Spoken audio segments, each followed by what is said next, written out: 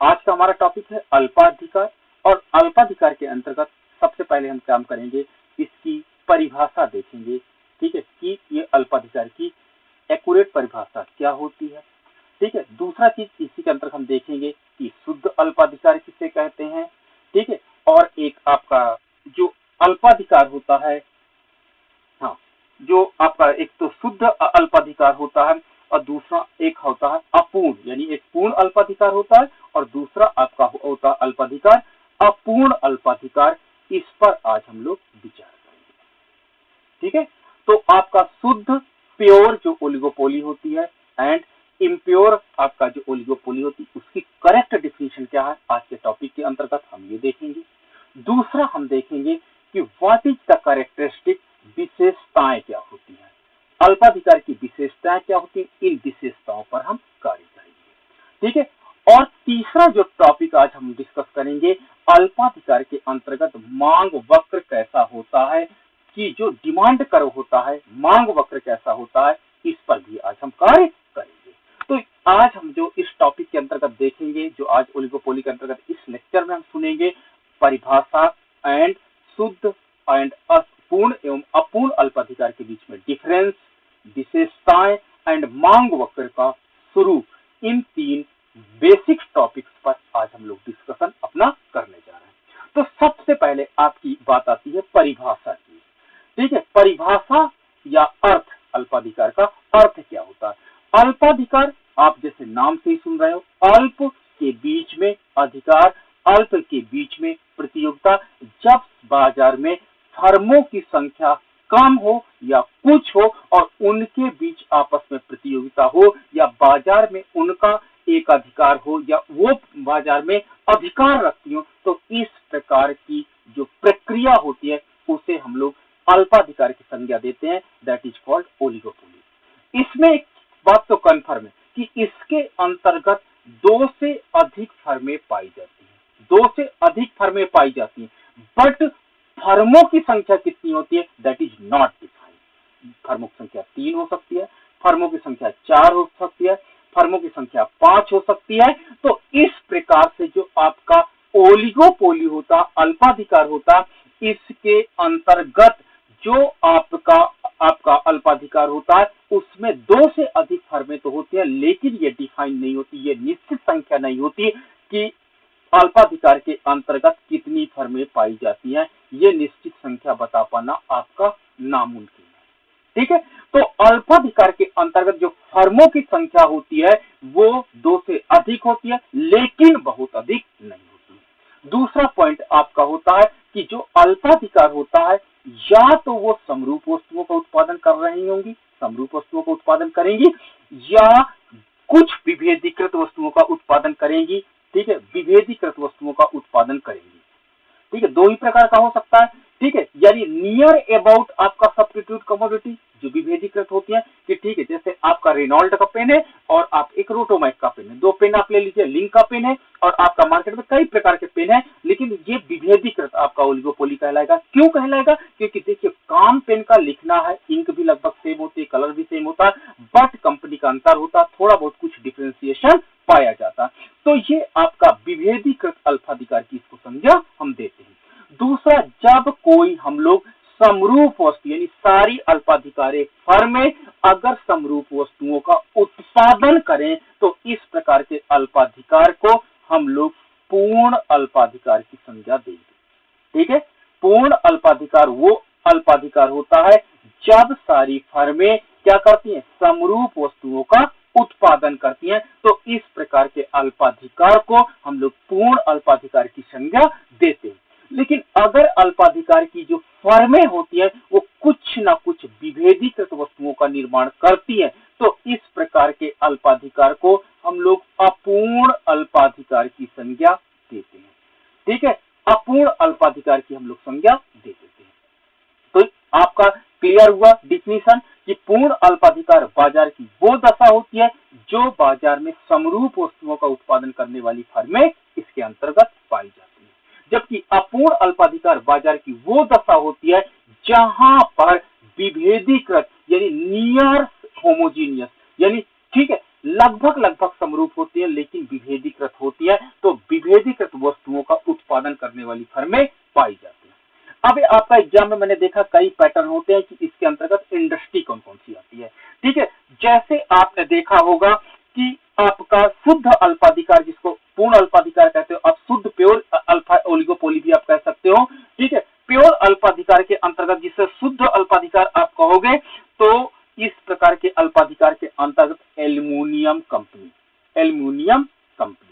Cement company, देखिए cement company लगभग आपका जो भी बनेगी सीमेंट वो समरूप होती है। तांबा कंपनी, तांबा बनाने वाली जो फर्म होगी। स्टील कंपनी, ठीक है, लोहा कंपनी, ये सारी जो कंपनियां होंगी, ये कौन सी कंपनियां होंगी? ये सारी की सारी पूर्ण अल्पाधिकार या शुद्ध अल्पाधिकार, इसे आप शुद्ध अल्पाधिकार भी कह सकते हो, शुद्ध अल्पाधिकार के अंतर्गत आएंगी, जो लगभग समरूप वस्तुओं का उत्पादन करती है। ठीक है, ये पॉइंट तो आपका क्लियर हो जाता है। अब दूसरा हमारा पॉइंट होता है अपूर्ण अल्पाधिकार। अपूर्ण अल्पाधिकार के अंतर्गत कुछ ना कुछ विभेदीकृत वस्तुओं का निर्माण किया जाता है, और जब विभेदीकृत वस्तुओं का निर्माण किया जाता है तो वास्तव में कार्य वही करती है, लेकिन कुछ ना कुछ टेस्ट, कलर, कुछ ना कुछ अंतर पाया जाता है। इस प्रकार की जो इंडस्ट्रीज होती है वो आपकी कार इंडस्ट्री, ठीक है, कार इंडस्ट्री, ठीक है, कार आपने देखा होगा फोर्ड की कार होती है, आपकी मारुति सुजुकी की कार होती है। कार वही क्वालिटी होती है, सब कुछ वही होता है, लेकिन कुछ ना कुछ विभेदीकृत होता है। तो आपकी कार की इंडस्ट्री आपकी हो जाती है, सिगरेट की इंडस्ट्री आपकी हो जाती है, आपकी साबुन की इंडस्ट्री हो जाती है, ठीक है, आपके पास टीवी की इंडस्ट्री हो जाती है, आपकी रबर की इंडस्ट्री हो जाती है, आपकी टायर की इंडस्ट्री हो जाती है। तो there are the many industries जो देखिए ये होती है, और ये अपूर्ण अल्पाधिकार या अशुद्ध अल्पाधिकार के अंतर्गत आती है। ये डिफिनीशन याद रखना, एग्जाम्स में मैंने कई बार देखा है ऑटोमोबाइल सेक्टर किस प्रकार का अल्पाधिकार है, इस प्रकार के क्वेश्चंस को मैंने पूछते हुए एग्जाम्स में कई बार देखा। सिगरेट इंडस्ट्री आपका किस प्रकार का अल्पाधिकार, शुद्ध अल्पाधिकार या अशुद्ध अल्पाधिकार? साबुन इंडस्ट्री किस प्रकार का अल्पाधिकार है? टीवी इंडस्ट्री किस प्रकार का? रबर इंडस्ट्री किस प्रकार का? टायर इंडस्ट्री किस प्रकार का? तो देखिए जो आपके पास यहाँ पर धातु इंडस्ट्री है, ठीक है, ये होमोजेनियस कमोडिटी बनाती है, और यहाँ पर ये आपका विभेदीकृत वस्तुओं को बनाने वाली सारी फर्में उपलब्ध होती है। तो ये आपका अल्पाधिकार हो गया, और अल्पाधिकार में आपने जान गया कि इसमें क्या होता है, अल्प के बीच प्रतियोगिता, जब थोड़ी सी फर्मों के बीच में प्रतियोगिता होती है तो इस प्रकार के बाजार को अल्पाधिकार की संज्ञा दी जाती है। और अल्पाधिकार आपका दो प्रकार का होता है, एक समरूप वस्तुओं को बनाने वाले अल्पाधिकार को शुद्ध अल्पाधिकार या पूर्ण अल्पाधिकार की संज्ञा दी जाती है, तथा विभेदीकृत वस्तुओं को बनाने वाली जो आपका अल्पाधिकार होता है इसे अपूर्ण या अशुद्ध अल्पाधिकार की संज्ञा दी जाती है। और मैंने इंडस्ट्रीज भी बता दी जो इंडस्ट्री इसके अंतर्गत आती है। ठीक, अब दूसरा point that is very important point जो आपका आ जाता है, वो बहुत इंपॉर्टेंट पॉइंट आ जाता है, वो आपका आ जाता है विशेषताओं पर हम लोग काम करेंगे। ठीक है, अल्पाधिकार की विशेषताएं क्या होती है, और एग्जाम में विशेषताओं से प्रश्न जरूर पूछा जाता है। पहली चीज होती है, सबसे बड़ी विशेषता आपकी पहली जो होती है, परस्पर निर्भरता। ठीक है, परस्पर निर्भरता। अल्पाधिकार के अंतर्गत जो भी फर्में पाई जाएंगी वो एक दूसरे से म्यूचुअल डिपेंड होंगी, इंटरडिपेंडेंसी पाई जाएगी। ठीक है, परस्पर निर्भरता पाई जाती है। ठीक है, आपस में म्यूचुअल इंटरडिपेंडेंसी होती है। अब याद रखना, म्यूचुअल जब निर्भरता पाई जाती है तो अगर ए ओलिगोपोली है तो ए की स्ट्रेटजी आपने देखा होगा चेम्बरलिन मार्केट के अंतर्गत बी की प्रतिक्रिया पर निर्भर करती है। यानी ए फर्म की रणनीति, अगर कोई भी रणनीति बनाती है किसके रिगार्डिंग, प्राइस को लेकर के, किसके रिगार्डिंग, आपको आउटपुट को लेकर के, उत्पादन को लेकर के, एडवर्टाइजमेंट को लेकर के, कई भी चीजें होती है इनको लेकर के अगर ए फर्म कोई रणनीति या स्ट्रेटजी बनाती है तो बी फर्म की प्रतिक्रिया को ध्यान में रखती है। बी फर्म की प्रतियोगिता मैंने लिख दिया, प्रतिक्रिया को ध्यान में रखती है। ठीक है, बी फर्म भी उसी प्रकार का रिएक्शन करेगी। इसका तात्पर्य होता फर्में आपस में इंटरडिपेंडेंसी को स्वीकार करती है, और एक फर्म की जो भी एक्टिविटीज होती है, रणनीति होती है, उसका सीधा प्रभाव बी फर्म पर पड़ता है, और बी फर्म भी उसकी चालों का प्रति उत्तर देता है। सपोज करें अगर ए फर्म क्या करता है, प्राइस कम करता है तो उसका प्रति उत्तर बी फर्म भी देती है और बी फर्म भी अपनी कमोडिटी के प्राइस को कम करेगी। क्लियर है? तो ए फर्म की जो चीज चाल होगी उसका प्रति उत्तर बी फर्म अवश्य करेगी, क्योंकि ओलिगोपोली के अंतर्गत सारी की सारी जो फर्में होती है वो इंटरडिपेंडेंट होती है और एक दूसरे को प्रत्यक्ष तथा निश्चित प्रभाव पड़ता है। इसलिए क्या करते हैं कि ये जब भी कोई स्ट्रेटजी, रणनीति या गेम, कोई भी आपकी स्ट्रेटजी बनाई जाती है तो उससे क्या होता है, बी फर्म की प्रतिक्रिया को ध्यान में रखना इंपॉर्टेंट होता है। तो ओलिगोपोली फर्म क्या होती है, वो म्यूचुअल डिपेंडेंसी को स्वीकार करती है, पारस्परिक निर्भरता को स्वीकार करती है और उसके आधार पर, ठीक है, अपनी स्ट्रेटजी या अन्य एक्टिविटी को अपनाती है और उसके अनुसार कार्य करती है। तो ये पॉइंट आपका बहुत ज्यादा नोटेबल हो जाता है कि पारस्परिक निर्भरता पाई जाती है, जिसके कारण सारी फर्में जो भी स्ट्रेटजी बनाएंगी उस स्ट्रेटजी के अनुरूप दूसरी फर्म भी स्ट्रेटजी बनाएगी। इसलिए दूसरी फर्मों की प्रतिक्रिया को ध्यान में रखते हुए ए फर्म कार्य करती है। क्लियर? आपका दूसरा जो पॉइंट है, सेकंड पॉइंट आपका हो जाता है एडवर्टाइजमेंट कॉस्ट। ठीक है, एडवर्टाइजमेंट या सेलिंग कॉस्ट। ठीक है, दूसरा आपका पॉइंट हो जाता है विज्ञापन। ठीक है, विज्ञापन, एडवर्टाइजमेंट कॉस्ट, जिसको आप लोग सेलिंग कॉस्ट भी कहते हो। ठीक है, आपका ओलिगोपोली मार्केट के अंतर्गत सेलिंग कॉस्ट एक प्रकार से मेजर कॉस्ट होती है, क्योंकि सारी कंपनियां क्या करती हैं, लगभग होमोजीनियस कमोडिटी का उत्पादन करती हैं और जब होमोजीनियस कमोडिटी का उत्पादन करती हैं तो ग्राहकों को आकर्षित करने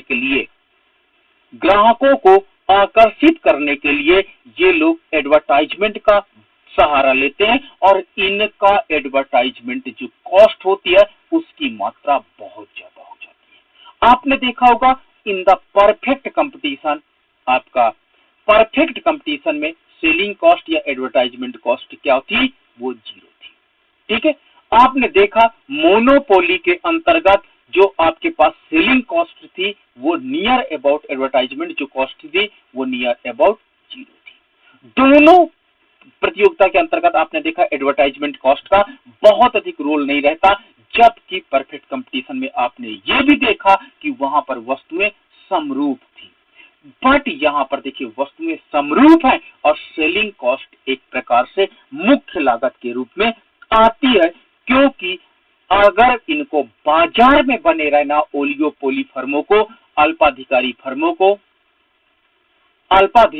फर्मों को यदि बाजार में बने रहना है तो अपना एडवर्टाइजमेंट को कॉन्टिन्यू प्रोसेस में लागू रहना और इस प्रकार जो आपका एडवर्टाइजमेंट कॉस्ट हो जाती है वो मेजर कॉस्ट हो जाती है। और मेजर कॉस्ट होने का तात्पर्य होता कि इनके जीवन तथा मरण का प्रश्न बन जाता है। जीवन एवं मरण का मतलब क्या होता कि ये क्या करते हैं, अगर ये एडवर्टाइजमेंट कॉस्ट करती रहेंगी तो इनको जीवन प्राप्त होता रहेगा और अगर एडवर्टाइजमेंट कॉस्ट को इन्होंने कम किया या एडवर्टाइजमेंट कॉस्ट को समाप्त किया तो इनको मरण की स्थिति प्राप्त हो जाएगी। तो इस प्रकार से अल्पाधिकार के अंतर्गत विज्ञापन जो होता है वो जीवन तथा मृत्यु का कारण होता है। एक फर्म का पूरा दारोमदार जो होता है वो विज्ञापन लागतों पर निर्भर करता है। इस प्रकार बॉमेल ने ये स्टेटमेंट दिया था कि एडवर्टाइजमेंट कॉस्ट जो होती है वो अल्पाधिकार फर्मों की जीवन तथा मरण का कारण होता है। तो सिंपल सी बात कहूं कि अल्पाधिकार के अंतर्गत जो भी फर्में होंगी वो एक बड़ा भारी अमाउंट किस पर खर्च करती हैं, एक बड़ा खर्च का भाग जो खर्च करती है वो एडवर्टाइजमेंट कॉस्ट पर करती है और ताकि एडवर्टाइजमेंट को डेवलप मैं कर सकूं और एडवर्टाइजमेंट के द्वारा उनकी फर्म की बिक्री अधिकतम हो सके, इसलिए ये फर्में क्या करती है, एडवर्टाइजमेंट कॉस्ट को लगाती है और एडवर्टाइजमेंट कॉस्ट के द्वारा अपने सेल्स को बढ़ाती है। तो इस प्रकार ओलिगोपोली के अंतर्गत जो आपकी फर्में होती है वो एडवर्टाइजमेंट पर ह्यूज क्या होती है, अमाउंट खर्च करती है। ये पॉइंट आपका नोटेबल हो जाता है। आपका थर्ड जो विशेषता होती है, तीसरी विशेषता जो होती है प्रतियोगिता का पाया जाना।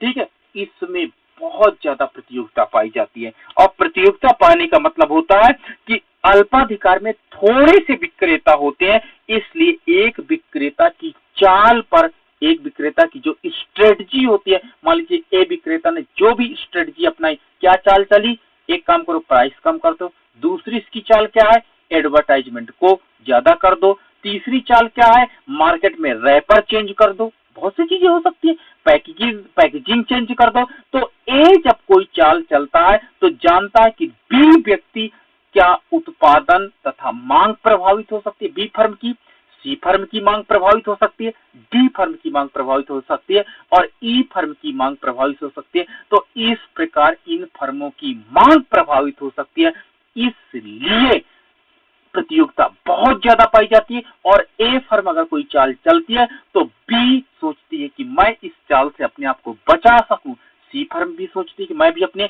इस स्ट्रेटजी से अपने आप को बचा सकूं, डी फर्म भी सोचती है कि मैं ए द्वारा चली गई चाल से अपने आप को बचा सकूं। तो ये लोग प्रतिक्रिया जरूर देंगे। तो इस प्रकार एक फर्म दूसरे फर्म पर नजर बनाए रखती है और दूसरी फर्म भी एक फर्म पर नजर बनाए रखती है और यही को आप प्रतियोगिता कहते हो। तो अल्पाधिकार के अंतर्गत जो प्रतियोगिता होती है वो बहुत अधिक पाई जाती है, क्योंकि इनको बाजार में अपनी सेल्स को बढ़ाना होता है, अपने प्रॉफिट को बढ़ाना होता है, जिसके परिणाम स्वरूप ये चाहती है कि मार्केट का अधिक से अधिक भाग कैप्चर कर सकूं, इसलिए प्रतियोगिता बनाए रखते हैं और एक दूसरे की जो एक्टिविटी होती है उस पर नजर ये लोग बनाए रखते हैं, ताकि इनकी स्ट्रेटजी को उनको पता चलता रहे और वो भी प्रतिक्रिया के रूप में अपनी स्ट्रेटजी को देते हैं। चौथा पॉइंट आपका हो जाता है, that is the fourth point. चौथा पॉइंट जो हो जाता है फर्मों के प्रवेश पर प्रतिबंध। फर्मों के प्रवेश पर प्रतिबंध, ठीक है, ओलिगोपोली की अंतर्गत जो भी फर्में होती हैं वो निश्चित होती हैं और इतनी फर्में जितनी फर्में हैं अगर इकोनॉमी में, जैसे आप एक काम करिए, आपका नेटवर्क सेक्टर आप ले लीजिए, मोबाइल इंटरनेट नेटवर्क सेक्टर में आपने देखा होगा इस समय क्या है, आइडिया ना होकर के वीआई में कन्वर्ट हो गया। ठीक है, वीआई आपका रिलायंस ना होकर के जियो है ना, जियो आपका एयरटेल, आपका बीएसएनएल, ठीक है, इस प्रकार की कई कंपनियां हैं जो मार्केट में ओलिगोपोली के अंतर्गत आती हैं।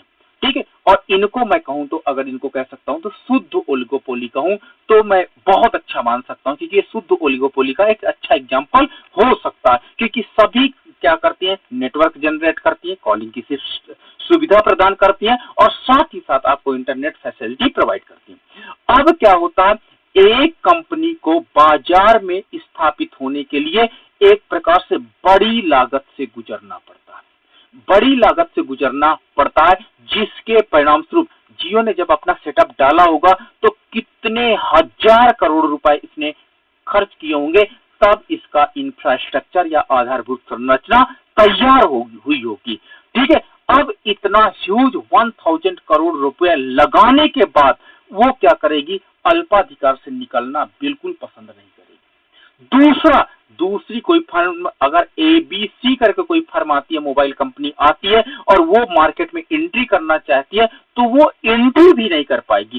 क्यों? क्योंकि उसको पता है कि कम से कम 1000 करोड़ रुपए का इनिशियल मुझे खर्च करना है और उसके बाद मेरे पास कुछ ग्राहक मिलेंगे।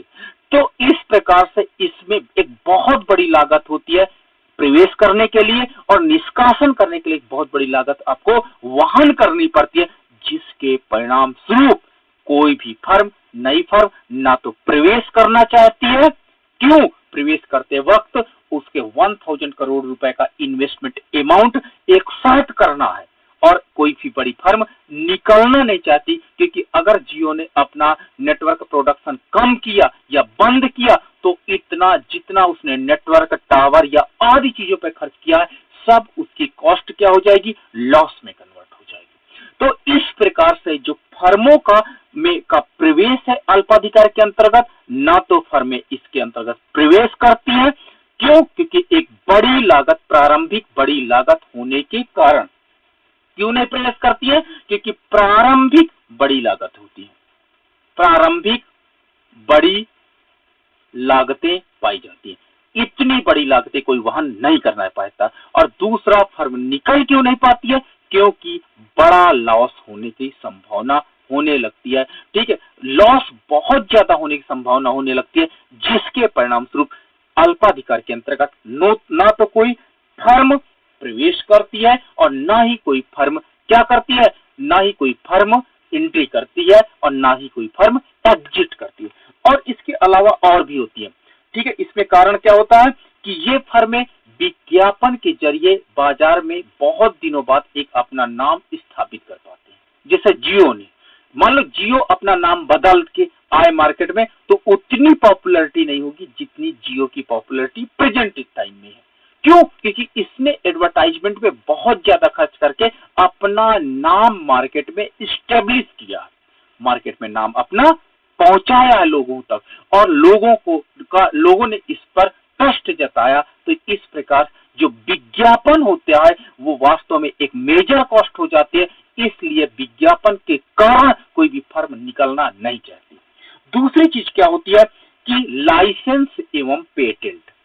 लाइसेंस और पेटेंट, क्योंकि ये लोग पेटेंट भी ले रहते हैं और लाइसेंस भी ले रहते हैं, और लाइसेंस तथा पेटेंट लेने में इन्हें बहुत मशक्कत होती है, बहुत मुश्किलों का सामना करना पड़ता है। इसलिए एक जो अल्पाधिकारी फर्म होती है वो कभी नहीं चाहती है कि मैं इस उद्योग को छोड़ूं, इस ओलिगोपोली को छोड़ूं और मार्केट से हट जाऊं, क्योंकि लाइसेंस और पेटेंट में एक बड़ा अमाउंट ये लोग खर्च कर चुके होते हैं।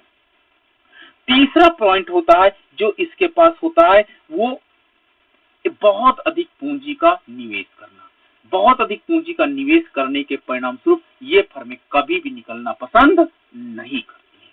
तो इस प्रकार क्या होता है, बाजार में जो फर्में होती है ना तो इसमें प्रवेश कर सकती है, ना तो एंट्री कर सकती है, ना तो एग्जिट कर सकती है। ये ओलिगोपोली की एक विशेष बात होती है। आपने देखा होगा परफेक्ट कंपटीशन, पीसी में फर्में प्रवेश कर सकती है और हट सकती है, एग्जिट हो सकती है, आपने देखा होगा। दूसरा, मोनोपोली में क्या हो सकता है, कोई भी फर्म प्रवेश नहीं करती है। ठीक है। तीसरा, मोनोपोलिस्टिक कंपटीशन में, एक आधिकारिक प्रतियोगिता में हाँ फर्में प्रवेश कर सकती है। तो आपका कैरेक्टरिस्टिक कैसा हुआ, एक प्रकार से मोनोपोली से कैरेक्टरिस्टिक मिलता हुआ होता है, और लेकिन मोनोपोली में एक ही उत्पादक होता है और यहाँ पे कई उत्पादक होते हैं, लेकिन ह्यूज कॉस्ट के कारण ऐसा नहीं करते। नाउ हमारे पास होता है एक रूपता का अभाव। एक रूपता का अभाव, एक रूपता का अभाव का पाया जाता है कि इसमें जो भी, ये प्रोडक्ट मत समझ लेना कि प्रोडक्ट एक रूपता नहीं, फर्मों का स्वरूप एक रूप नहीं होता है। फर्मों का स्वरूप एक रूप नहीं पाया जाता है।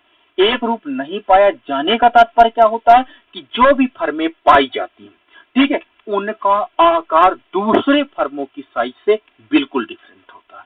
ठीक है। दूसरा, एक फर्म जितना अधिक इन्वेस्टमेंट कर देता, आवश्यक नहीं है कि दूसरी फर्म भी उतना अधिक इन्वेस्टमेंट कर सके। तो इस प्रकार से अल्पाधिकार के अंतर्गत जो भी फर्में पाई जाती हैं उन फर्मों का स्वरूप एक समान नहीं होता है। इस प्रकार से ऐसी अव्यवस्थित जो होती है, जो भिन्न भिन्न वस्तुएं उत्पादित करती हैं, ये फर्में अव्यवस्थित भी होती हैं, और जिसके परिणाम स्वरूप अब हम अमेरिकन अर्थव्यवस्था में एक सामान्य बात है कि वस्तुओं में समरूपता तथा फर्मों में एकरूपता अल्पाधिकार में बहुत ही कम पाई जाती है। अब बात आती है हमारे पास, दैट इज वेरी इंपॉर्टेंट बात आती है, जो आपकी बात होती है अनिश्चित मांग वक्र का पाया जाना। अनिश्चित मांग वक्र का पाया जाना, ठीक है, अनिश्चित मांग वक्र का पाया जाना। अल्पाधिकार के अंतर्गत ये जो आपकी विशेषता अब हम डिस्कस करने जा रहे हैं, दैट इज वेरी इंपॉर्टेंट, और ये क्या करता है, बहुत अधिक इंपॉर्टेंट होता है, और ये एग्जाम्स में आपके लिए थोड़ी सी प्रॉब्लम करता है। तो इसलिए आप इसको बहुत केयरफुली देखिएगा कि अल्पाधिकार के अंतर्गत जो आपका मांग वक्र पाया जाता है वो अनिश्चित क्यों होता है, निश्चित क्यों नहीं होता। क्योंकि अभी तक हमने कई वर्ड्स पढ़े थे कि मांग वक्र निश्चित होता है, आपने देखा भी, लेकिन अल्पाधिकार के अंतर्गत जो मांग वक्र होता है वो अनिश्चित क्यों पाया जाता, अनसर्टेन क्यों पाया जाता, इस पर आज हम लोग डिस्कशन करेंगे। तो इस पर यहाँ पर हम डिस्कशन जब चालू करते हैं तो आप याद रखिएगा, अल्पाधिकार के अंतर्गत, अल्पाधिकार के अंतर्गत हमने बताया 2 या 2 से अधिक फर्में पाई जाती, 2 से अधिक, सॉरी 2 नहीं, 2 से अधिक फर्में पाई जाती हैं। और जब 2 से अधिक फर्में पाई जाती हैं तो प्रत्येक फर्म का जो मांग वक्र होता है वो विभिन्न लोच वाला होता है। मांग वक्र जो होता है उसकी लोच डिफरेंट होती है, भिन्नता युक्त मांग वक्र पाया जाता है, भिन्नता युक्त मांग वक्र पाया जाता है। ठीक है, यानी प्रत्येक जो फर्म होती है उसका जो मांग वक्र होता है वो अलग अलग पाया जाता है, और उनके परिणाम स्वरूप, क्योंकि सारी फर्में एक साथ बाजार में काम करती हैं। अब मान लीजिए ए फर्म है, इसका मांग वक्र लोचदार पाया जाता है। ठीक है, ए फर्म है, उसका मांग वक्र लोचदार है, जबकि दूसरी फर्म है उसका मांग वक्र बेलोचदार है। ठीक है, जैसे आपने एग्जाम्पल में अगर दूं कि आपको मन में एक प्रश्न आया होगा कि ऐसा कहां पाया जाता है कि एक ही बाजार में एक ही समरूप वस्तु का उत्पादन करने वाली 2 फर्मों का मांग वक्र अलग अलग हो एक बाजार के लिए, ऐसा कैसे हो सकता है? तो मैं आपको बता दूं, बैंक का एग्जाम्पल ले लो।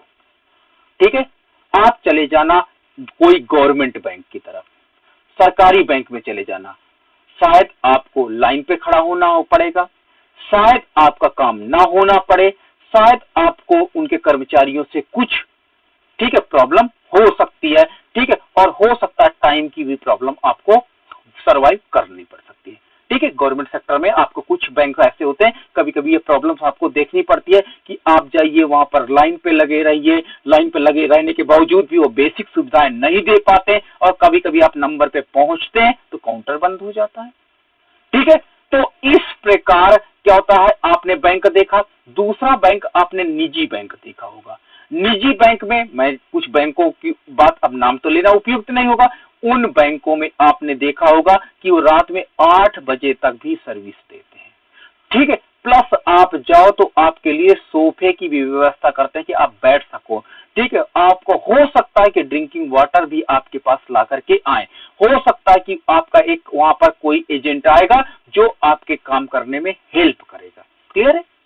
तो ये जो बैंक होता है निजी बैंक, ये क्या होता है, इसका जो बाजार होता है ये लोचशील होता है।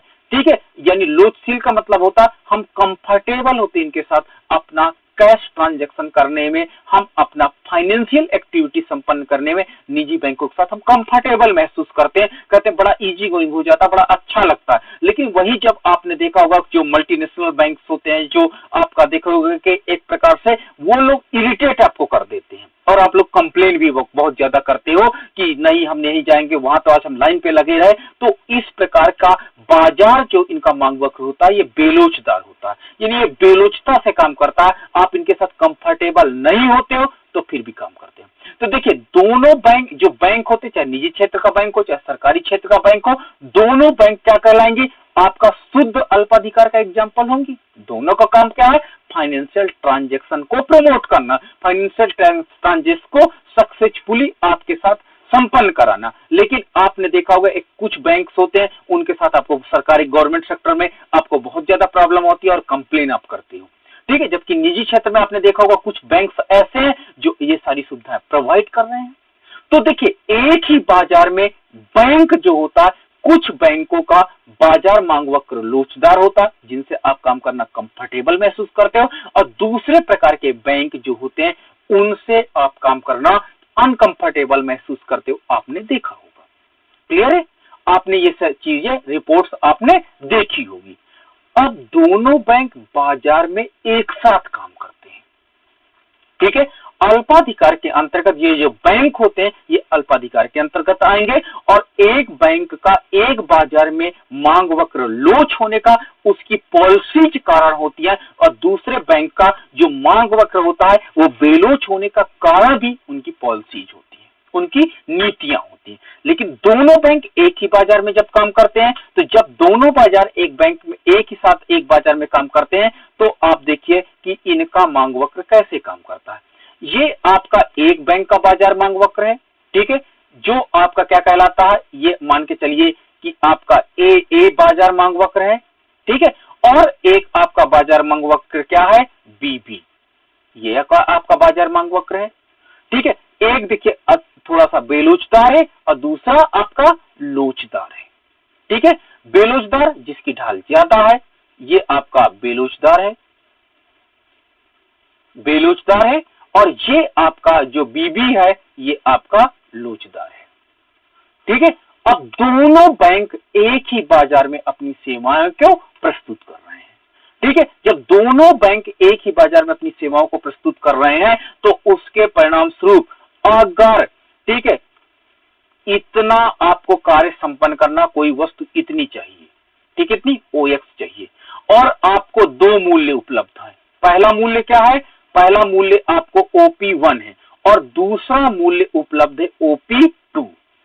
तो निश्चित है कि अगर मुझे OX सुविधाएं चाहिए तो मैं ऊंचे मूल्य को क्यों सेलेक्ट करूं, क्यों ना नीचे मूल्य पर OP1 मूल्य पर अपना कार्य संपन्न कर लूंगा। तो ग्राहक क्या करते हैं, ग्राहक आपको इस मांग वक्र पर रहना ज्यादा पसंद करते हैं जो कि लोचदार है। यानी अगर उनकी डिमांड थोड़ी सी है और थोड़ी डिमांड के लिए, ठीक है, तो वो क्या करते हैं कि वो लोचदार मांग वक्र पर रहना ज्यादा पसंद करते हैं। थोड़ा सा काम है, चलो एक काम करते हैं, निजी क्षेत्र के बैंक के पास चलते हैं और अपना काम संपन्न करके आ जाते हैं। लेकिन अगर आपको बैंकिंग ट्रांजैक्शंस ज्यादा करनी है, ठीक है, आपने देखा होगा दुकानदारों को, ठीक है, ये लोग बैंकिंग सर्विस को ज्यादा नीड होती है, तो ये निजी बैंक के साथ कंफर्टेबल नहीं है, जबकि निजी बैंक इनको काफी अधिक प्रोवाइड कर रहा सुविधा, लेकिन ये निजी बैंक के साथ कंफर्टेबल नहीं है, क्योंकि निजी बैंक क्या होता है, इनको जो चार्जेज है वो OP3 कर रहा है, जबकि गवर्नमेंट सेक्टर का बैंक इतनी बड़ी सुविधाओं के लिए चार्जेज मात्र कितना कर रहा है, मात्र OP4 कर रहा है, ठीक है। तो बड़े सर्विस लेने के लिए उनको निजी बैंक की अपेक्षा जो लोचदार है उसकी अपेक्षा गवर्नमेंट सेक्टर का बैंक का चार्जेस कम है। परिणाम स्वरूप यहां से यहां आपका जो पोर्शन होता है, इस पोर्शन पर एक उपभोक्ता काम करना पसंद करेगा, वो कहलाएगा बेलोचदार मांग वक्र। तो इस प्रकार से आपका एक ही बाजार में अगर आपकी छोटी सुविधाएं जरूरत है तो आप क्या करते हो, लोचदार मांग वक्र पे काम करते हो, लेकिन आपको बड़ी सुविधाएं आवश्यकता है तो आपने देखा होगा यहां से आपका के पॉइंट से मांग वक्र किंग हो गया है और आपने क्या किया कि दूसरे मांग वक्र पर यानी बेलोचदार मांग वक्र पर आपने काम करना प्रारंभ कर दिया, ठीक है। तो इस प्रकार हम फिर से एक बार रिवीजन करते हैं कि आपका क्या होता है, दो प्रकार के बैंक हैं और लोगों का बिहेवियर बिल्कुल अलग होता है, और लोगों का बिहेवियर अलग होने के परिणाम स्वरूप, ठीक है, आप यहां पर देखिए कि एक आपका मांग वक्र आपका AA है और दूसरा मान के चलते हैं BB है, ठीक है। आपका AA कम ढाल वाला लोचदार मांग वक्र कहलाता है, लोचदार मांग वक्र है, दूसरा BB आपका बेलोचदार मांग वक्र है जिसकी ढाल ज्यादा है, ठीक है। अगर आपको थोड़ी सुविधाएं चाहिए, थोड़ी सुविधाओं का मतलब OX सुविधाएं चाहिए, ठीक है, तो OX सुविधा प्राप्त करने के लिए आपको एक मूल्य क्या प्राप्त करना, OP2, और दूसरा मूल्य प्राप्त करता है OP1। तो आपको OX सुविधा के लिए आप OP2 मूल्य देना पसंद करोगे कि OP1? तो आपका आंसर होगा कि सर मैं क्यों ऊंचा मूल्य दूं जब मुझे वही सुविधा OP2 मूल्य पर प्राप्त होती है। तो मतलब आप ये कहना चाहते हो कि आप मांग वक्र A और K पर चलना पसंद कर रहे हो, इस मांग वक्र पर चलना पसंद कर रहे हो, ना कि इस मांग वक्र पर। कहां तक? K बिंदु पर। अगर आप बड़ी सुविधाएं चाहते हो, बड़ी सुविधा का मतलब होता है OX1 सुविधाएं चाहते हो, और आपने देखा होगा कि इतनी बड़ी सुविधा के लिए OX1 सुविधा के लिए आपका एक बैंक ने चार्ज किया OP3 और दूसरे बैंक ने चार्ज किया OP4। तो आप अगर OX1 सुविधा चाहते हो, OX1 सुविधा के लिए आप कितना मूल्य देना पसंद करोगे? OP3 मूल्य देना पसंद करोगे कि OP4? तो आपका आंसर अमूमन होगा कि आप OP4 मूल्य देना पसंद करोगे, कम मूल्य देना पसंद करोगे। तो यानी K के बाद हम लोग इस मांग वक्र पर चलना चालू करेंगे जो कि बेलोचदार है। तो आपने क्या रिजल्ट देखा कि अल्पाधिकार में लोचदार तथा बेलोचदार दोनों प्रकार के मांग वक्र काम करते हैं। दोनों प्रकार के मांग वक्र वर्क करते हैं कि नहीं करते? कुछ कंज्यूमर आपका बेलोचदार पर है, कुछ कंज्यूमर लोचदार पर है। ये तो मैंने दो फर्मों की बात की। अगर मार्केट में कई फर्में, मैंने क्या कहा, दो से ज्यादा फर्में पाई जाती हैं, एक फर्म है ए फर्म, ठीक है, उसकी बाजार मांग वक्र कुछ ऐसा है ए, ठीक है। दूसरी बी कोई फर्म है, उसका बाजार मांग वक्र कुछ ऐसा है बी। कोई सी फर्म है, उसका मांग वक्र कुछ ऐसा है सी। कोई डी फर्म है, उसका मांग वक्र क्या हो जाता है, उसका कुछ मांग वक्र ऐसा है। तो देखिए सारी फर्में जो है, कई फर्में हैं और कई फर्मों का मांग वक्र अलग अलग पाया गया, ठीक है। जब मांग वक्र अलग अलग पाया जाता है तो इस प्रकार से, क्योंकि चाहे आपकी ए फर्म, आपकी बी फर्म, आपकी सी फर्म, आपकी डी फर्म, ये चारों फर्में बाजार में एक साथ काम करती हैं, तो देखिए कुछ ऐसा मांग वक्र का आपको वहां पर क्राइटेरिया मिलेगा और आप इसको देख सकते हैं, ठीक है। तो ये कुछ क्राइटेरिया आपको मिलेंगे। तो इस प्रकार ये पोर्शन आपका काम करेगा, यहां से यहां तक वो क्या कहलाएगा, लोचदार मांग वक्र कहलाएगा, ठीक है। ये आपका पोर्शन काम करेगा, ये लोचदार मांग वक्र कहलाएगा, ठीक है। दूसरा आपका जो एरिया काम करेगा, ये आपका पहला एरिया हुआ, ये लोचदार काम करेगा। फिर कुछ ग्राहक इस मांग वक्र पे रहेंगे, फिर कुछ ग्राहक इस मांग वक्र पे रहेंगे। तो तीन प्रकार की ढाल, और चौथा आपका मांग वक्र कुछ ऐसा रहेगा, ठीक है। तो चौथा मांग वक्र कुछ ऐसा रहेगा। तो इस प्रकार हमारा जो मांग वक्र होता है, एक ढाल अलग रखता है इतना पोर्शन, ये पोर्शन अलग ढाल रखता है, आपका ये पोर्शन अलग ढाल रखता है, and this portion have the different. तो ये जो आपने सर्कल के अंदर देखा पार्ट, ये जो मांग वक्र को रिप्रेजेंट करता है, ये अनिश्चितता को रिप्रेजेंट करता है कि नहीं, ये अनिश्चितता को रिप्रेजेंट करता है कि नहीं, अनसर्टेनिटी को रिप्रेजेंट करता है कि नहीं, ये आपने देख लिया कि अल्पाधिकार में जितनी फर्में पाई जाती हैं, सारी फर्मों की मांग की लोच अलग अलग पाई जाती है। जब सारी फर्में संयुक्त रूप से एक बाजार में काम करती हैं, तो एक बाजार में काम करने के कारण उसके परिणाम स्वरूप क्या होता है कि मांग वक्र की अनिश्चितता पाई जाती है। अनिश्चितता का तात्पर्य होता है जो अल्पाधिकार के अंतर्गत मांग वक्र कार्य कर रहा है, उसकी ढाल काफी अधिक अनिश्चित है, इसलिए इसे हम लोग अनिश्चित मांग वक्र की संज्ञा दे सकते हैं। तो इस प्रकार अनिश्चित जो आपका मांग वक्र पाया जाता है, तो आपका मांग वक्र फाइनल कैसे बनेगा, तो आपका मांग वक्र जो बनेगा कुछ इस प्रकार से मांग वक्र बनेगा, ठीक है। आपका ओलिगोपोली के अंतर्गत आप आधारक्ष एंड आपका लंबक्ष होगा, और मैंने बोला कि आपका एक तो लोचदार, दूसरा बेलोचदार, दो प्रकार के मांग वक्र होते हैं, ठीक है। आपका ए एंड आपका बी एंड बी होता है, ठीक है। तो इस प्रकार मैंने दो फर्मों को यहाँ एज्यूम किया था, मार्केट में दो से ज्यादा फर्में होती हैं, तो इनका देखिए कि अलग अलग पार्ट जो होता है वो लोचशीलता रखता है। तो आपका देखिए ये पोर्शन लोचशीलता को रखता है और आपका ये बेलोचशीलता को रखता है। इस प्रकार जो मांग वक्र होता है वो एक पॉइंट पर मुड़ा हुआ होता है, उसको हम नाम पॉइंट के पॉइंट रखते हैं, और इसको नाम हम रखते हैं किंक्ड डिमांड कर्व। ये किंक्ड डिमांड कर्व के नाम से जाना जाता है, विकुंचित मांग वक्र के नाम से जाना जाता है, मुड़ा हुआ मांग वक्र के नाम से जाना जाता है, ठीक है। तो ये पॉइंट आपको नोट करना पड़ेगा कि जिस बिंदु पर ये मांग वक्र मुड़ा हुआ होता है, उस पॉइंट को किंक्ड डिमांड कर्व की संज्ञा हम लोग देते हैं। तो ये पोर्शन आपका किंक्ड पॉइंट होता है, और अल्पाधिकार के अंतर्गत मूल्य यहीं पर स्थिर होता है, और मूल्य में अल्पाधिकार में कोई परिवर्तन नहीं होता।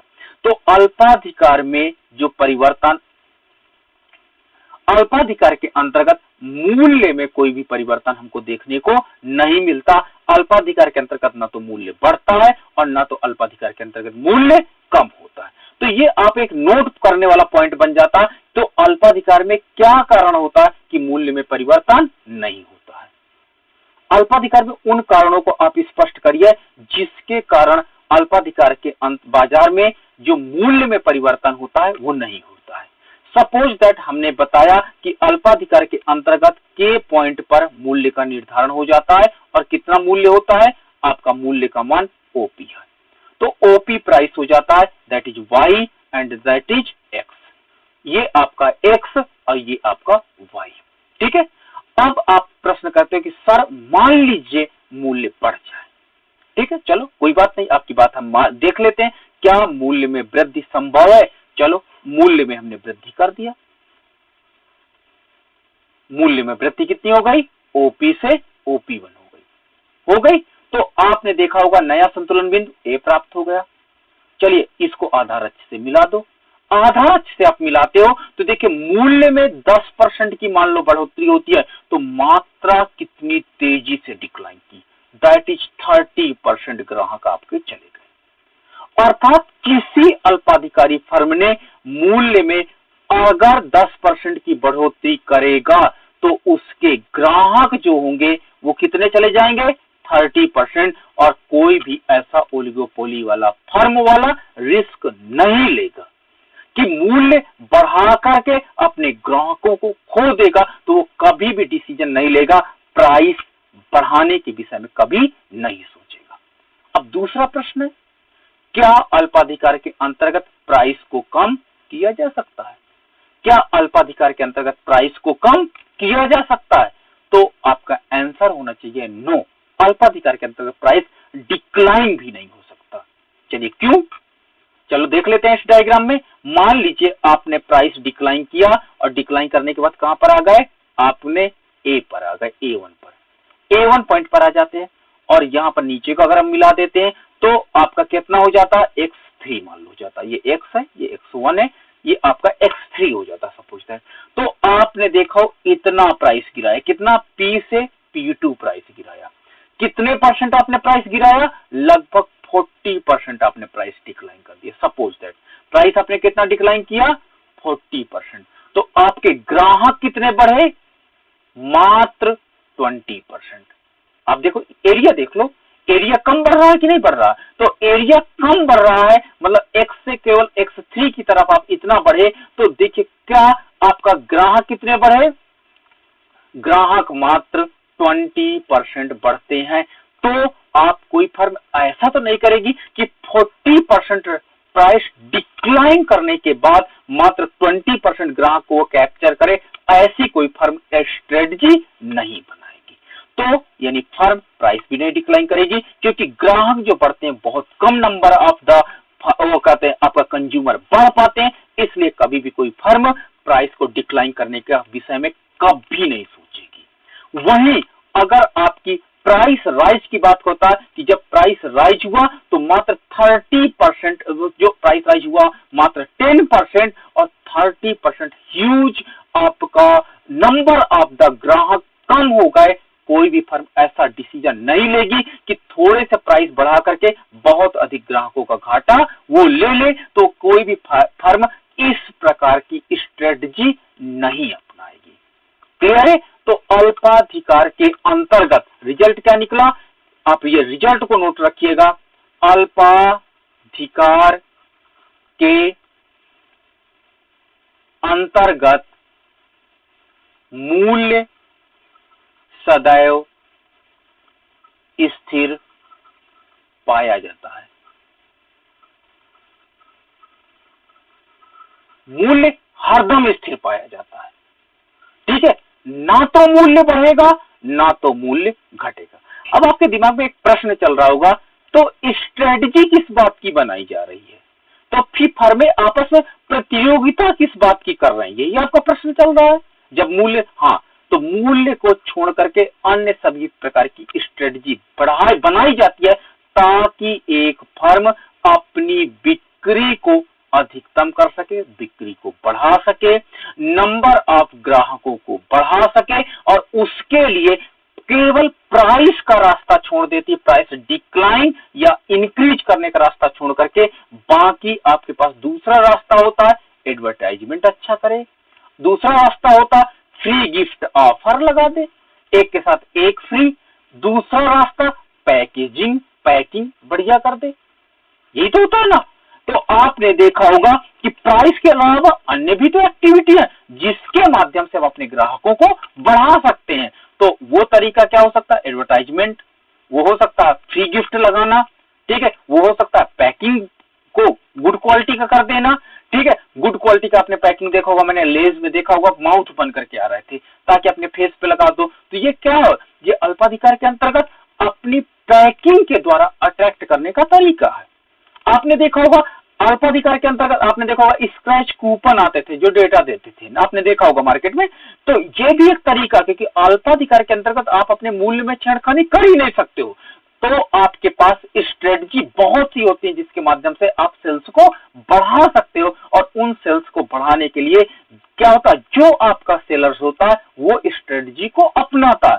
तो अल्पाधिकार के अंतर्गत आपका एक रिजल्ट मैंने प्रूव किया कि जो मांग वक्र पाया जाता है वो अनिश्चित पाया जाता है, और दूसरा मैंने आपको ये बताया कि अल्पाधिकार के अंतर्गत प्राइस रिजिड पाया जाता है, प्राइस स्थिर पाया जाता है, और प्राइस में परिवर्तन किए बिना एक फर्म या ओलिगोपोली फर्म अपने ग्राहकों को लगातार बढ़ाने का प्रयास करती है। तो इस प्रकार से हमने आज के इस लेक्चर्स में देखा, इस लेक्चर में हमने आज क्या क्या सीखा। इस लेक्चर के अंतर्गत आज हमने सीखा कि अल्पाधिकार क्या है, वो आपको सीखे, मैंने आपको परिभाषा बताई, शुद्ध अल्पाधिकार तथा अपूर्ण अल्पाधिकार आपको सिखाया, और मैंने इनकी सारी विशेषताएं बताई तथा मांग वक्र का स्वरूप भी मैंने आपके साथ डिस्कस किया कि मांग वक्र का स्वरूप कैसा होता है, अनिश्चित होता है, और साथ ही साथ मैंने कीमत क्या होगा इस पर भी आपकी बात रखी। ठीक है, तो ये आपका एक टॉपिक आज का समाप्त होता है। अल्पाधिकार क्या है, शुद्ध अल्पाधिकार, पूर्ण तथा अपूर्ण अल्पाधिकार के इनकी विशेषताएं, मांग वक्र की अनिश्चितता और कीमत की स्थिरता, ये कुछ विशेष पॉइंट थे जो आज के हमने इस लेक्चर में देखा। अब आपका होता प्रश्न